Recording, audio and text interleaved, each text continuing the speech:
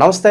ప్రస్తుతం మన స్టూడియోలో ప్రముఖ ఐకాన్ ఆస్ట్రాలజర్ గట్టుపల్లి సురేష్ బాబు గారు ఉన్నారు. గురుగారితో మాట్లాడేద్దాం. నమస్కారం గురుగారు. జై శ్రీమన్నారాయణ. గురుగారు, జ్యేష్ఠ మాసం ఏరువాక పౌర్ణమికి ఎంతో ప్రత్యేకత ఉంది. ప్రత్యేకంగా ఈ రోజుని రైతులు కావచ్చు, ఆర్థిక కష్టాలు ఉన్న వాళ్ళు కావచ్చు, వైవాహిక జీవితంలో కొంత సమస్యలు ఎదుర్కొంటున్న వాళ్ళు కావచ్చు, ఈ రోజుని ఎలా వినియోగించుకోవాలి గురుగారు? అయితే మనకి ముఖ్యంగా ఈ 2025 సంవత్సరం జూన్ మాసంలో వచ్చేటువంటి పౌర్ణమి ఏదైతే ఉందో మనకి 12వ తారీఖున పౌర్ణమి వస్తుంది. అంటే మనకి 11వ తారీఖునే పౌర్ణమి ఉంది, కానీ మనకి సూర్యోదయానికి చేసేటువంటిది పౌర్ణమి చూస్తాం. కాబట్టి ఇంకోటి ఏంటంటే 12వ తారీఖున మనకి పౌర్ణమి నిండుగా ఉంది కాబట్టి 12వ తారీఖునే పౌర్ణమి చేసుకోవడం జరుగుతూ ఉంది. 11వ తారీఖు చేసుకునే వాళ్ళు ఎవరైనా ఉంటే చేసుకోవచ్చు. ముఖ్యంగా అయితే ఇది. అయితే మనకి 12వ తారీఖు ఉదయం బ్రాహ్మీ ముహూర్తం నుంచి అంటే 3:20 నుంచి అంతా కూడా సానుకూలంగానే ఉంటుంది. 7:20 వరకు పూజలు లాంటివి ఏదైనా చేసుకునే వాళ్ళు ఉంటే చేసుకోవచ్చు ఈ సమయంలో. ఇది ముఖ్యం. ఏరువాక పౌర్ణమి అంటే అసలు ఏరువాక అనేది ఏంటి అంటే మీకు ఒక పాట గుర్తొస్తుందా? పాట ఉంటుంది, ఏరువాక సాగాలి రన్నో చిన్ననే. అంటే అసలు ఏరువాక అంటే ఏమిటి? ఏరువాక అంటే మనకి వర్షాలు పడతాయి. ఋతువులు అనేది మనకి ఈశాన్య ఋతుపవనాలు వచ్చేసి వర్షాలు పడతాయి, కొత్త నీరు అంటారు. ఈ కొత్త నీరు వచ్చేసి పంటలు పండేందుకు, భూములు సకాలంగా ఉండేందుకు, సాగు చేసుకునేందుకు ఉంటాయి భూములు. ఆ భూములు సాగు చేసుకుని వర్షపు నీటికి భూములు తడిచి ఉంటాయి. ఈ తడుచున్న దానికి అరక దున్నాలి. ఈ అరక దున్నడానికి అదును కావాలి. అదును అంటారు. అంటే వాటికి భూమి బాగా సారం ఉంటుంది, అదును అంటారు దాన్ని. ఆ అదును రావడానికి ఏరువాక అనే దానికి ఏంటంటే పక్కన చెరువులు, కుంటలు, వాగులు, బావులు ఉంటాయి కదా, అవన్నీ నిండుంటాయి, పుష్కలంగా ఉంటాయి నీరు. పొలాలన్నీ ఖాళీగా ఉంటాయి, ఖాళీ నేల ఉంటుంది. వర్షం పడేది డైరెక్ట్గా పడిపోద్ది. పడ్డప్పుడు ఆ నేల మొత్తం తడుస్తుంది. ఆ తడిచినప్పుడు అదును వస్తుంది. అదును వచ్చినప్పుడు అరక దున్నడానికి ఈజీగా ఉంటుంది.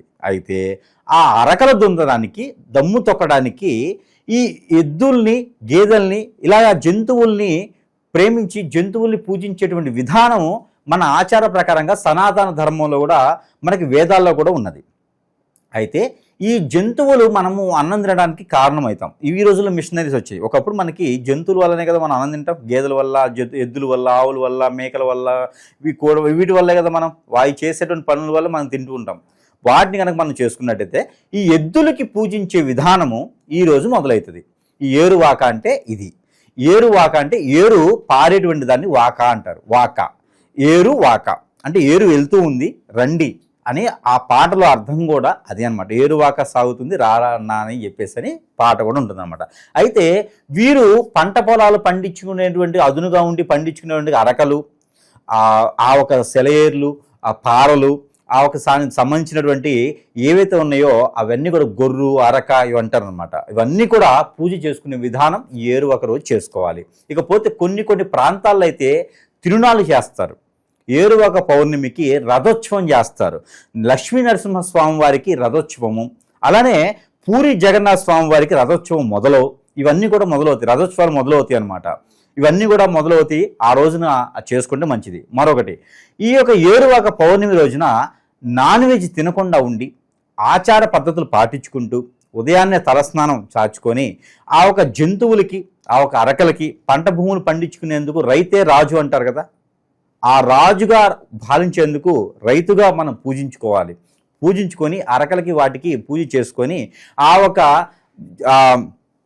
పంట భూములకి కొబ్బరికాయ కొట్టుకొని ఆ పంట భూముల్లో కొన్ని రకాలు చేయాలి. అవి ఏంటంటే నరదిష్టి, నరఘోష రాకుండా, అంటే ముందు రైతుల గురించి మనం మాట్లాడుకోవాలి కదా. నరదిష్టి, నరఘోష రాకుండా, ఆ పంట భూముల్లో చెదులు లాంటివి, పురుగు లాంటివి పడకుండా, ఆ పంట భూముల్లో విపత్తులు వచ్చేసి పంట పోకుండా, ఆ పంట భూముల్లో వేరే ఒక కన్ను పడకుండా, ఆ పంట భూముల్లో వేరే ఇంకేదని చెడు జరగకుండా, పంట నష్టపోకుండా ఉండేందుకు చిన్న చిన్న పరిహారాలు చేసుకుంటే పంటలు కూడా బాగా పండుతాయి. అవి ఏంటి అంటే మైలుతుత్తం, పటిక, గుగ్గిలం, వీటితో దాంతోపాటు ఇంగువ, ఈ 4 మిశ్రమాలు కలుపుకోవాలి నీళ్ళల్లో. కలుపుకొని తెల్ల ఆవాలు కూడా కలుపుకోవచ్చు. తెల్ల ఆవాలు ఇవన్నీ కూడా కలుపుకోవాలి. పంచమిశ్రమం, ఈ పంచమిశ్రమం కలుపుకోవాలి నీళ్ళల్లో. ఈ నీళ్ళలో పంచమిశ్రమం కలుపుకొని వారి పంట భూమి 10 ఎకరాలు ఉన్నాయి, 100 ఎకరాలు ఉన్నాయి, ఎకరం ఉన్నాయి, ఎంతన్నా ఉన్నాయి, వారి ఒడ్లు మీద గట్లు ఉంటాయి కదా, పంటకి సరిహద్దు గట్లు ఉంటాయి. ఆ గట్లు లోపల పక్కన కనుక చల్లుకోవాలి. ముందు చల్లుకున్న తర్వాత అందులో ఉన్నటువంటి నెగిటివిటీ అంతా పోతుంది. మీరు ఒకటి గమనించాలి, ఖాళీగా ఉన్న భూమి మీద కొన్ని రకాల శక్తులు ఆవహిస్తాయి.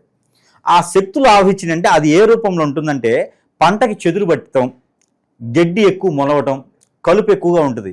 ఆ పంట ఎదుగుదల లేకపోవటం, ఎదుగుదల వచ్చినప్పుడు ఏదో ఒక రకమైనటువంటి సునామీ లాంటివి వచ్చేసి పంట భూమి వెళ్ళిపోవటం, వారికి నోటి దగ్గర వచ్చిన పంట వెళ్ళిపోవటం. చాలామంది మనం చూస్తూ ఉంటే ధాన్యం పండుతుంది, పండిన ధాన్యం వద్ద పాలవుతూ ఉంటుంది, నష్టపోయామండి అని చెప్తారు. అలాంటి జరగకుండా ఉండేందుకు ఈ 5 మిశ్రమాలు కలిపి ఆ నీటిని ఆ పంట భూమి మొత్తం చల్లిన తర్వాత అప్పుడు అరక దున్నుకోవాలి.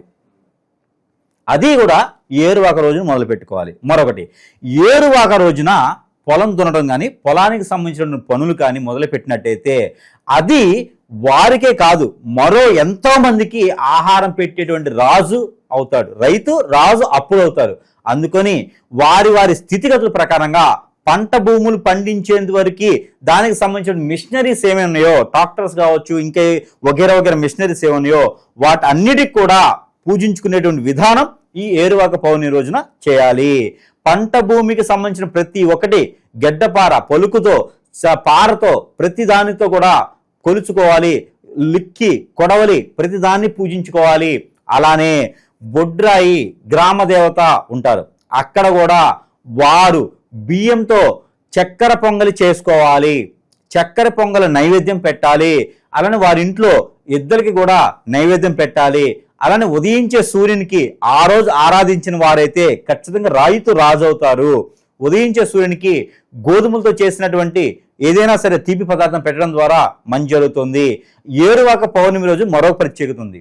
అలానే రైతు ఒక్కడే కాదు, ఆర్థిక స్థితిగతులు ఉన్నవారు, ఆరోగ్యం బాలేని వారు, ఆస్తమా ప్రాబ్లం ఉన్నవారు, సైనస్ ప్రాబ్లం ఉన్నవారు, అలానే థైరాయిడ్ ప్రాబ్లం, గ్రంథుల ప్రాబ్లం ఉన్నవారు ఈ యొక్క పౌర్ణమికి గనక పారేటువంటి కాలువలు, చెరువులు, కుట్టలు, అలానే కోనేర్లు, సెలయేర్లు, బ్రహ్మగుండాలు, సముద్రాలు ఇలాంటి వాటిలో స్నానం ఆచరించి అక్కడ 1 కిలో బియ్యము, ఒక రాగి కాయిను, ఒక వెండి కాయిను, అక్కడ బియ్యము, వెండి కాయిన్, రాగి కాయిన్తో కలిపి అక్కడ ఒక తెల్లని వస్త్రంలో కట్టేసి గనక అన్ని దోషాలు పటాపంచలైపోవాలి అనుకొని వారు ఎక్కడైతే స్నానం ఆచరిస్తారో ఆ స్నానంలో కనుక వదిలివేసినట్టయితే ఖచ్చితంగా వీరికి రానున్నటువంటి 3 మాసాల్లో పంట భూములు బాగుంటాయి, వీరి ఆస్తులు బాగుంటాయి, ఆరోగ్య స్థితిగతులు బాగుంటాయి, అన్ని రకాలు బాగుంటాయి. కాబట్టి ఈ పౌర్ణమికి ఏదైనా బ్రాహ్మణోత్తమునికి 1 కిలో బియ్యము, కిలో నెయ్యి, ఆవు నెయ్యి అయినా గేదె నెయ్యి అయినా, కిలో నెయ్యి, 1 కిలో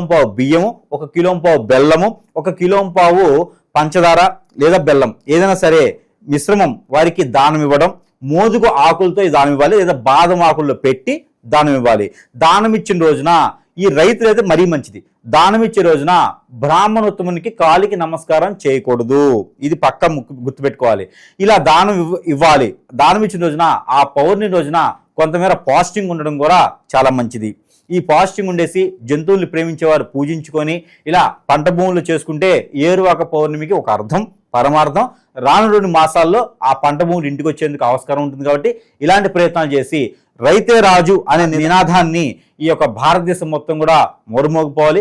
ప్రతి ఒక్కరు పంట భూమి మీద బాగుండాలి, రైతు బాగుండాలి. కాబట్టి ఏరువాక పౌర్ణమి రైతుగా కోల్చుకోకుండా ప్రతి ఒక్కరు కూడా చేసుకోవచ్చు. కాబట్టి ఈ మేర ప్రయత్నం చేయాలి. మరొకటి ఉంది, ఏరువాక పౌర్ణమి రోజున పెళ్లి అయి పిల్లలు పుట్టినటువంటి వారు ఎవరైనా ఉంటే, పెళ్లి అయిన వారు మాత్రమే, వారికి పిల్లలు పుట్టకపోతే వారు చేయవలసింది ఏంటంటే పాలలో తేనె, కుంకుమ పువ్వు ఇలాగ మనకి 3 మిశ్రమాలు కలిపి ఉదయించేటువంటి చంద్రభగవాన్ యొక్క కిరణాలు అవి ఎప్పుడంటే సాయంత్రం 6 గంటల 5 నిమిషాల తర్వాత 7 గంటల 40 నిమిషాల రూపు వచ్చేటువంటి కిరణాలు మాత్రమే, ఆ 7 గంటల 40 నిమిషాలు వచ్చే కిరణాలు మాత్రమే ఆ ఒక పాల మీద చూపించాలి. వెండి గ్లాస్ అయితే మంచిది, లేదా మట్టి గ్లాసులో అయినా పర్వాలా, స్టీల్ది వాడకూడదు. వెండి లేదా మట్టి గ్లాసులో అయినా సరే ఆ పాలుంచి వాటిలో నెయ్యి, వాటిలో తేనె, వాటిలో కుంకుమ పువ్వు వేసినటువంటి పాలల్లో ఆ చంద్రకిరణాలు పడిన తర్వాత భార్య భర్త ఇద్దరు కూడా సేవించాలి ఒకటే పాలు. ఆ ఇద్దరు కూడా సేవించినట్టయితే రానున్నటువంటి కాలంలో అయితే ఖచ్చితంగా పిల్లలు పుట్టేదానికి ఆస్కారం కూడా ఉంటుంది. చూసారా, ఏరువాక పౌర్ణమికి ఇన్ని రకాల ప్రయోజనాలు, ఇన్ని రకాల ప్రతిఫలాలు, ఇన్ని రకాల గ్రహరీత్య దోషాలు కూడా తీర్చుకోవచ్చు, అదృష్టవంతులు కూడా అవ్వచ్చు. అంటే ఏరువాక పౌర్ణమి అంత గొప్పది. అందుకని ఏరువాక పౌర్ణమికి శివాలయంలో కొన్ని ప్రాంతాల్లో అయితే అభిషేకం చేస్తారు. ఇంకొకటి ఉంది, ఏరువాక పౌర్ణమికి ప్రతి ఒక్కరు చేయగలటువంటి రెమెడీ. శివాలయంలో మనకి జొన్నలను ఉంటాయి. జొన్నలు అంటే ఐడియా ఉంది కదా మీకు, పచ్చ జొన్నలు, తెల్ల జొన్నలు అంటారు. ఆ జొన్నలు తీసుకొని పేలాలు చేయాలి, జొన్న పేలాలు అంటారు. ఆ పేలాలతో మనము బెల్లం వేసి తొక్కాలి, పేలాలను చేసి ఆ పేలాన్ని తొక్కితే అది మనకి పేలాల పొడి అయింది. పొట్ల పొడి అంటారు, పేలాల పొడి అంటారు దాన్ని.